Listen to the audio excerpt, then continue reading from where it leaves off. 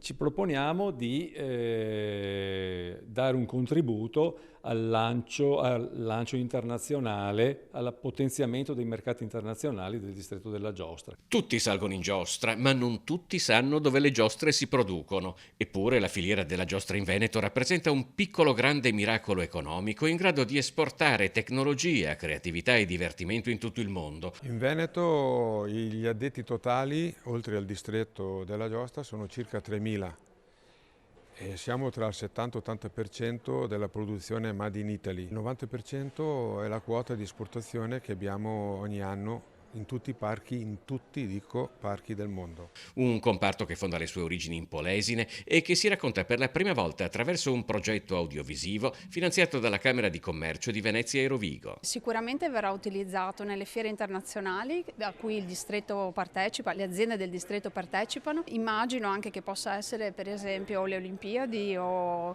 altre situazioni in cui ci possa essere un aspetto di internazionalizzazione. Ultimamente il distretto si è buttato anche tipo negli Emirati Arabi, per cui e tutti i paesi anche dei BRICS. Se l'obiettivo del video è contribuire ad accrescere la notorietà del distretto, a rafforzarne la posizione sui mercati internazionali, sarà un lavoro di squadra che parte anche da una presa di coscienza della forza di questo comparto da parte degli stessi elementi che la compongono. È un mondo molto variopinto, la parte principale sono proprio piccole imprese, imprese artigiane, anche e soprattutto per alcune tipologie di lavoro. Ovviamente poi ci sono anche alcuni driver, alcuni player importanti che sono imprese più strutturate, ma comunque la dimensione è tutta diciamo medio-piccola. Qual è quindi l'ambizione? È quella di far sì che queste imprese in qualche modo, in qualche forma possano cominciare a lavorare in squadra.